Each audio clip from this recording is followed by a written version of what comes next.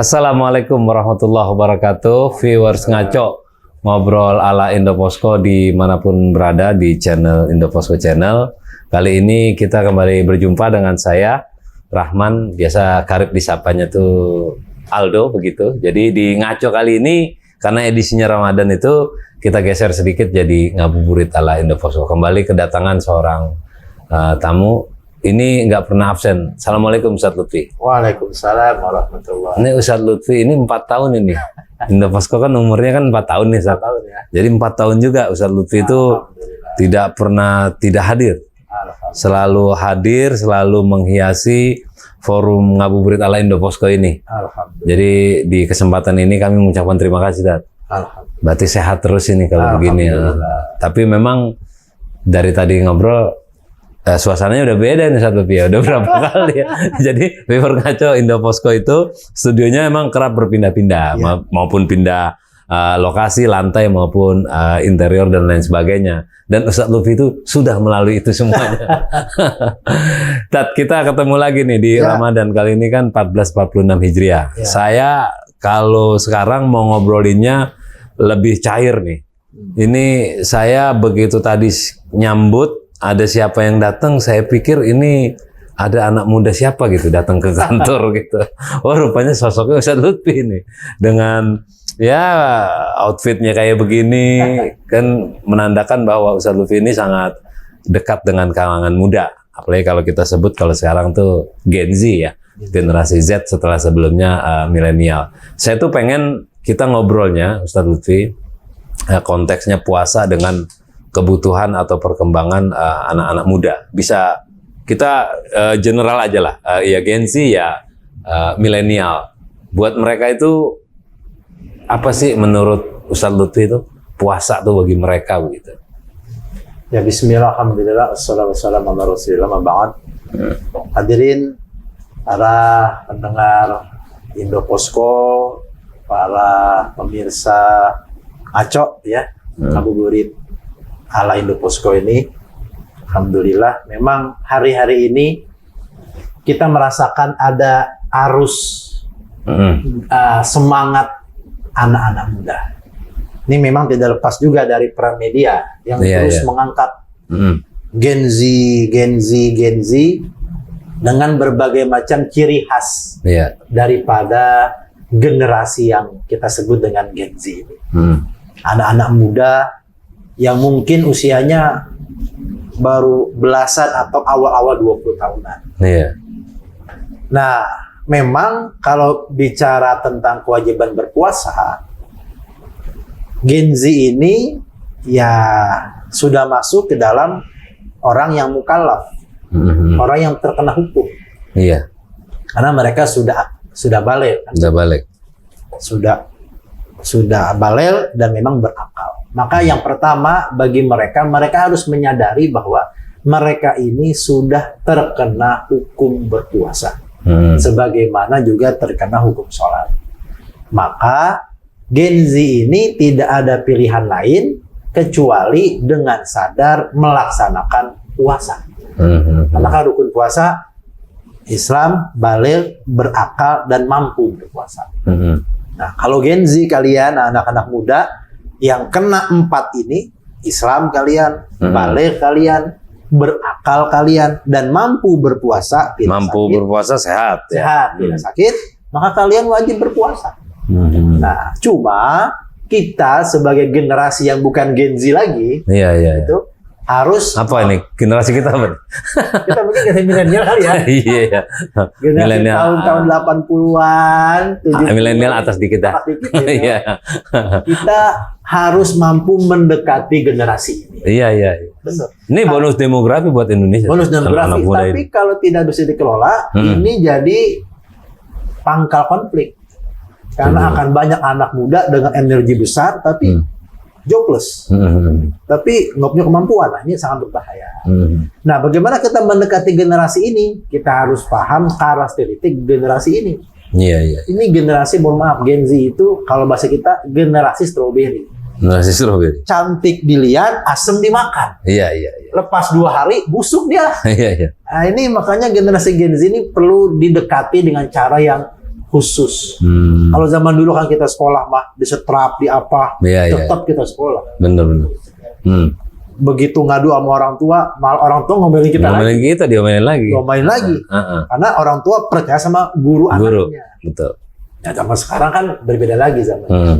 Maka cara kita mendekati Gen Z ini cirinya yang pertama, idenya luar biasa. Iya, setuju. Idenya luar biasa, tapi secara emosional gampang rapuh. Gen Z. Kalau bahasa kita mah mental health gitu loh. Mental health. Dikit-dikit perlu istirahat. Iya, Dikit-dikit perlu healing. Iya. Padahal baru bikin tugas kuliah mungkin beberapa paper gitu. Iya, Pak. Tapi harus healing. Nah, terkait dengan puasa, jangan sampai bagi Gen Z puasa membebani mereka. Puasa harus dipandang sebagai bentuk kita dalam beragama dan bentuk kita menjaga kesehatan.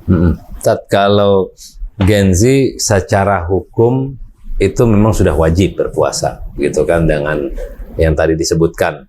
Kemudian dengan perilaku dan sikapnya dia di puasa ini kan, apakah kemudian dia berpuasa cukup hanya menjalankan apa yang diperintahkan saja, atau dengan kata lain ada pengembangan-pengembangan yang dia harus lakukan di Ramadan ini? Maksudnya pengembangan tuh ya jangan karena puasa cuma nahan lapar dan haus saja, maksud kami gitu loh maksudnya. Maka sekarang sebenarnya ada beberapa program. Kalau berpuasa menahan makan dan minum kan sudah sebuah kewajiban. Karena kan imsak ya, menahan. Berarti kan dia mampu berpuasa. Tapi setelah di fase-fase awal Gen Z ini mampu untuk menahan haus dan laparnya dari subuh katakan sampai maghrib, value-nya masih ditingkatkan. Pertama, kalau berpuasa masa sih sholatnya di akhir waktu? Iya. Di awal waktu. Itu dulu. Yang rutin. Karena mohon maaf ya, Gen Z mungkin tidak rutin membaca Al-Quran. Tapi sholat mah insya Allah rutin. Jangan sampai kita tinggalkan sholat. Maka dari yang rutin ini dulu, puasanya sudah, maka tingkatkan value puasanya dengan sholatnya jangan di ujung waktu, di awal waktu. Nah, setelah itu terbiasa, kita tingkatkan dengan, kalau bagi Gen Z misal ada one day one juice. Iya. Kalau terlalu berat mungkin one day half juice. Terlalu berat lagi mungkin one day one page. Jadi kita perlu mendekati generasi ini dengan cara-cara yang lebih humanis. Jangan pendekatan hukum. Iya. Kalau pendekatan hukum nanti mereka melihat kok agama kita kaku banget. Itu ya. Apa-apa dosa pahala. Iya. Nah, jadi kita perlu mendekati. Walaupun memang begitu di agama kita, cuman kalau ke Gen Z nggak langsung saklek kita Dia begitu ya. saklek. Kalau kita langsung saklek, dia merasa kok ada kayak jeruji antara kewajiban dengan apa gitu. Iya. Nah, maka kita mendekati Gen Z ini dengan pendekatan yang humanis, dengan ngobrol, tapi tetap ada koridor syariah, ada koridor kewajiban yang harus mereka pahami. Cuma cara ngedelivernya yang perlu kita perhatikan pelan-pelan. Lalu kalau aktivitas yang mereka lakukan itu harus ini nggak stabil seperti bulan sebelum Ramadan? Kalau atau mungkin ada, karena mereka kan sangat ide kreatifnya sangat tinggi gitu ya, idenya segala macam, itu penting nggak dilakukan di Ramadan? Apa yang mereka pikirkan? Gen Z ini kan generasi muda ya, bukan 60 ke atas. Iya. Jadi saya merasa Gen Z ini tidak perlu mengurangi aktivitasnya. Justru tetap beraktivitas, cuma diukur. Iya. Sampai sejauh mana aktivitasnya. Mungkin ada sedikit pengurangan, tapi jangan dikurangi seluruhnya. Misal, Gen Z yang masih kuliah, Gen Z masih sekolah, lanjutin sekolahnya. Lanjutin kuliahnya. Lanjutin beraktivitasnya. Gitu. Dan saya yakin juga di lembaga-lembaga pendidikan kan menyesuaikan. Jam sekolah disesuaikan, jam kuliah disesuaikan. Bahkan yang di kantor aja kan jamnya disesuaikan. Nah, Gen Z nggak usah khawatir. Justru dengan berpuasa tetap semangat, karena basicnya kan Gen Z mah anak-anak muda. Iya. Jadi tidak perlu terlalu khawatir sebenarnya. Kalau mereka tuh, kalau Di Ramadan itu kan selain kita berpuasa kewajiban, juga kan ada hal-hal lain yang kita juga bersentuhan dengan manusia lain, dalam hal ini kesalehan sosial, kemudian berbagi dan sebagainya. Itu Gen Z melek begitu nggak sih, Bang? Bisa. Nah, Gen Z ini kan cair ya. Iya, iya. Cair, mereka bisa bergerak ke sana kemari, bisa bawa kendaraan. Bagus ini Gen Z. Bikin sahur di panti asuhan. Iya, iya, iya. Luar biasa. Berbagi Ramadan atau Ramadan berbuka di panti jompo, berbuka di panti asuhan. Kan Indopos juga sering begitu tuh. Iya. Tiap Ramadan ini. Alhamdulillah, alhamdulillah. Siapa tahu Indopos bisa menggandeng satu komunitas Gen Z untuk nanti duet di sebuah berkolaborasi di sebuah acara bukber bersama anak yatim. Nanti kan Gen Z-nya bisa ikut berpartisipasi. Ada yang, ini bukan dari saya ya, viewers ngaco. Ada yang bilang kan Gen Z itu asosial. Sedangkan yang tadi Ustadz jabarin itu kan sentuhannya kan ke masyarakat. Itu mampu nggak dia itu? Nah, Gen Z sebenarnya itu kalau saya lihat ya, Gen Z itu seperti layangan. Kita lepas dia jauh, tapi tali di tangan kita. Iya, iya. Masih digenggam.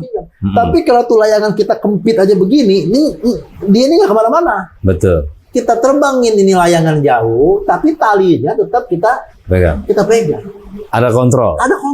Ada kendali yang kita kendalikan. Waktu ini layangan agak-agak ke sebelah kiri, kita geser ke sebelah kanan. Kalau dikatakan Gen Z terlalu edik dengan gadget, saya rasa enggak juga. Gen Z terlalu menyepi gitu dari keluarga bisa. Kalau lagi kumpul Gen Z-nya di kamar misalnya kan. Saya rasa enggak juga. Lagi-lagi ya, bagaimana kita mengarahkan tali daripada layangan ini. Banyak juga loh generasi Gen Z yang punya hobi-hobi yang bagus, bersepeda. Iya. Sepatu roda. Olahraga banget itu. Olahraga banget. Ada basket, ada futsal. Kan itu olahraga fisik yang bagus buat generasi mereka. Karena kan mereka anak-anak belasan atau awal 20 tahunan ini baru. Nah, tinggal dari komunitas ini diarahkan gerakannya ke Ramadan. Iya. Karena main futsalnya mungkin libur dulu. Iya. Yuk kita tetap patungan bulan ini yang biasa buat bela lapangan, kita santunan yatim. Klub basket, klub skateboard, klub sepeda itu bisa diarahkan. Masalahnya adalah kita terlalu menstigma generasi ini. Iya. Itu mah generasi manja. Itu mah generasi cengeng misalnya. Akhirnya stigma kita membuat kita sama Gen Z-nya jadi berjarak. Iya. Mereka tuh dalam pergerakan seperti itu, menurut Ustadz Lutfi itu perlu ada leader nggak? Maksud saya, apakah leadernya kemudian diciptakan oleh mereka sendiri dalam melakukan segala macam aktivitas, terutama di bulan Ramadan ini? Maksud saya, kan apalagi baru Gen Z yang baru merasakan Ramadan ini yang pertama, kan ada juga. Tapi ada banyak yang Ramadan tahun ini sudah beberapa kali sudah dia lalui. Tapi ingat bahwa Ramadan pasca pandemi itu kan nggak terlalu panjang waktunya ya, maksudnya aktivitasnya. Nah, dalam hal-hal melawan aktivitas itu, apakah mereka kemudian mampu untuk bisa bergerak tanpa adanya leader, atau leadernya dari mereka sendiri? Sebenarnya secara alamiah manusia itu kalau sudah berkumpul secara alamiah, mereka akan menunjuk pemimpin. Makanya dalam ilmu itu ada alpha male, alpha female. Laki-laki yang dominan atau perempuan yang dominan. Jadi dalam sebuah grup, katakan misalnya 15 orang atau 20 orang, akan selalu ada satu orang yang menonjol yang bisa menjadi leader bagi yang lain. Meskipun nggak pernah dibikin pemilihan, nggak pernah, tapi tiba-tiba seorang ini kalimatnya diikuti oleh yang lain. Itu tanpa sadar itu pemimpin itu ya. Nah, yang bahaya kalau leadernya ini kurang baik.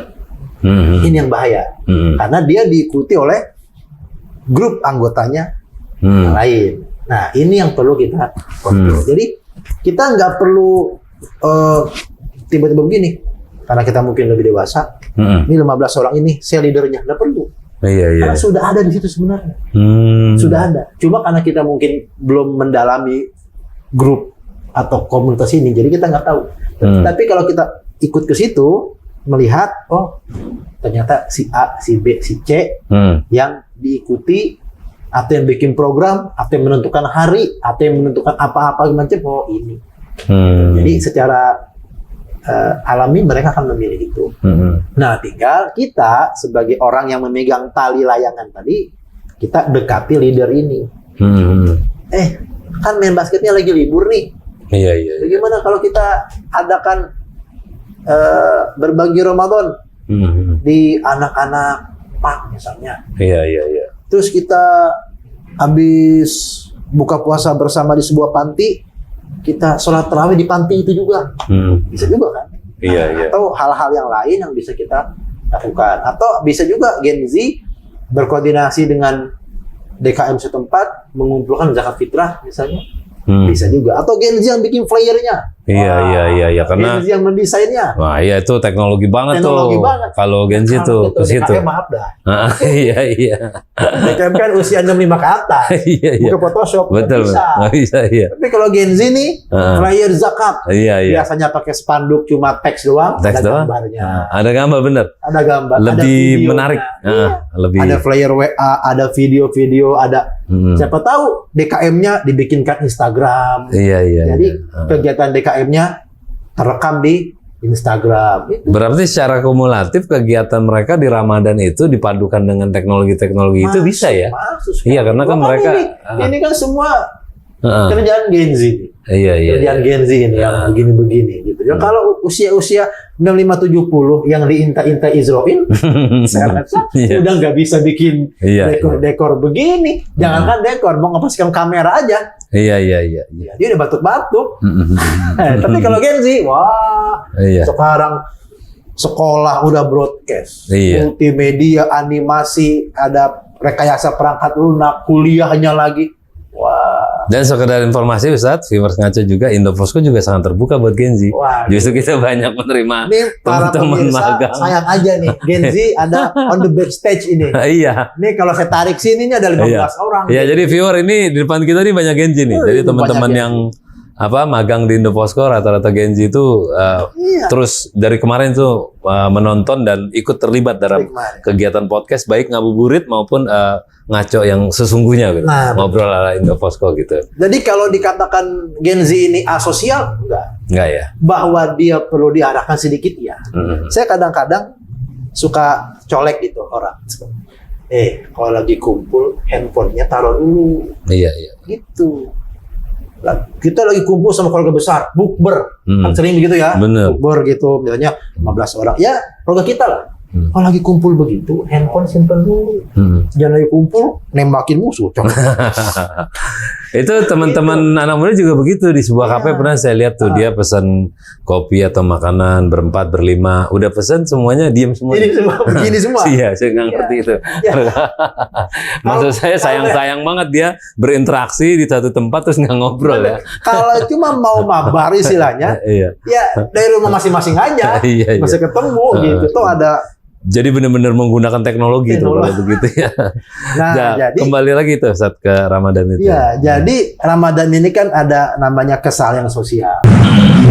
Untuk Gen Z harus bisa memahami teori dan kondisi. Hati-hati Gen Z, kita bisa jadi nggak lihat orang, tapi orang lihat kita. Kita bisa jadi nggak kenal sama orang, tapi bisa jadi orang kenal kita.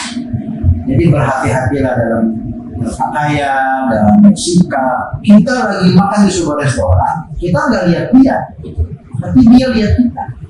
Selang 2 hari ketemu kita, Bang Anu, kemarin dia nyetok makanan bakar sama siapa? Wah, tuh. Iya. Siapa? Hati-hati, jaga sikap, jaga pakaian. Kenapa? Di sebuah tempat bisa jadi kita nggak lihat orang itu. Kita nggak kenal orang. Makanya Gen Z perlu memperhatikan cara pakaian, cara bersikap. Oh ini lebih muda, mesti bagaimana? Oh ini lebih tua, mesti bagaimana? Oh ini lagi kumpul grup keluarga, oh grup sekolah, oh grup guru, oh mesti gimana? Jangan sampai di tengah keramaian kita kesepian dengan handphone kita. Berarti saya setuju nggak kalau Gen Z melawan kegiatan di Ramadan? Kan ada komunitas sendiri, baik sekolah, komunitas hobi dan lain sebagainya. Dengan mereka berkegiatan aktif di bulan Ramadan itu sesuai dengan keinginan ide gagasan mereka, itu di antara mereka bisa saling mengenal satu sama lain yang tadi mungkin tidak kenal. Ada maksud saya, ada kolaborasi antar Gen Z dari komunitas ini dengan komunitas tertentu. Saya rasa sangat unik karena kan dalam sebuah Jadi menambah saudara. Jadi dalam sebuah grup misalnya dari komunitas kan ini kenapa anggota ini bisa dikolaborasikan. Akhirnya kan grupnya jadi tambah banyak. Ada Ide juga makin banyak. ide Gagasan dan semakin jauh dari stigma sosial. Karena di antara dua hobi yang berbeda bisa kolaborasi, bisa ini mah sepedaan, ini mah basket, bisa berkolaborasi dua kegiatan yang positif. Jadi viewers ngaco dari tadi ngomongin asosial tuh viewers ngaco sedikit aja ya. Asosial itu lawan atau sebaliknya dari orang yang selalu aktif di kegiatan sosial, interaksi sosial. Nah kalau asosial itu justru dia tidak gitu ya. Lebih jelasnya nanti bisa searching apa itu asosial. Jadi bahasanya tadi kurang lebih berarti tidak melulu Gen Z itu asosial. Justru mereka juga sangat aktif di kegiatan-kegiatan sosial kemasyarakatan. Walaupun stigma atau stereotip itu muncul untuk tetapnya, tapi itu tidak mengurangi bahwa Gen Z adalah orang yang sangat punya gagasan yang kreatif, menarik. Apalagi ini momentumnya Ramadan ya Ustaz. Ini momentumnya Gen Z untuk bisa selain berdiri sendiri amal ibadah puasa itu, tapi secara sosial kita bisa berinteraksi dengan yang lainnya ya. Jadi Ustaz Lutfi, terakhir saya minta Ustaz Lutfi sedikit ada pesan buat Gen Z di kesempatan ini di Ramadan 1446 Hijriah. Barangkali apa yang bisa menjadi satu kata kunci atau clue, biar dari tadi kita ngobrol ngalur ngidul tetap ada summary-nya, tetap ada kesimpulan yang mereka bisa nangkap ini poinnya gitu. Dari para Gen Z yang sedang menikmati atau yang perlu di belakang kamera ini Gen Z semua dari Posko dari Ngaco. Satu pesan saya bahwa Gen Z ini punya energi besar, energinya gede banget karena memang usianya juga masih muda, punya simpanan energi yang besar di dalam diri masing-masing. Energi ini perlu diarahkan, perlu diatur untuk hal-hal. Kalau kalian di masa-masa muda, melewati masa muda, selamat dari mengatur energi yang berlebih ini, kesannya insya Allah hebat bikin desain flyer, hebat bikin konten-konten. Nah, bikin konten yang bagus-bagus, bikin konten yang menarik, yang panjang-panjang, 20-30 second, tapi konten kalian bisa menambah value dari Ramadan tahun ini. Biasa kan kalau satu konten, 30 konten sepanjang Ramadan, kalian sudah punya konten yang edukatif untuk Ramadan. Itu kira-kira. Ya, terima kasih Ustaz Lutfi sudah memberikan pesan kepada generasi Z atau Gen Z, juga kepada kita semua di kesempatan kali ini. Mudah-mudahan kita bisa berjumpa lagi di lain waktu dan kesempatan. Tentunya masih panjang kegiatan-kegiatan Indoposko juga masih banyak di Ramadan ini. Kita secara off-air juga bisa ketemu. Baiklah viewers Ngaco dimanapun berada, ngabuburit ala Indoposko. Akhir dari perbincangan atau ngobrol kita dengan Ustaz Lutfi di program ini, mudah-mudahan jadi teman viewer untuk menantikan waktu berbuka puasa, dan kita akan berjumpa dengan narasumber dan topik yang berbeda tentunya di program Ngaco ini pada waktu dan kesempatan berbeda, tentunya tidak dengan saya, dengan rekan saya yang lain dalam posisi untuk bisa terus mengkaji, untuk memperdalam ilmu keagamaan maupun sosial dalam bulan suci Ramadan. Terima kasih, saya akhiri. Assalamualaikum warahmatullahi wabarakatuh. Waalaikumsalam.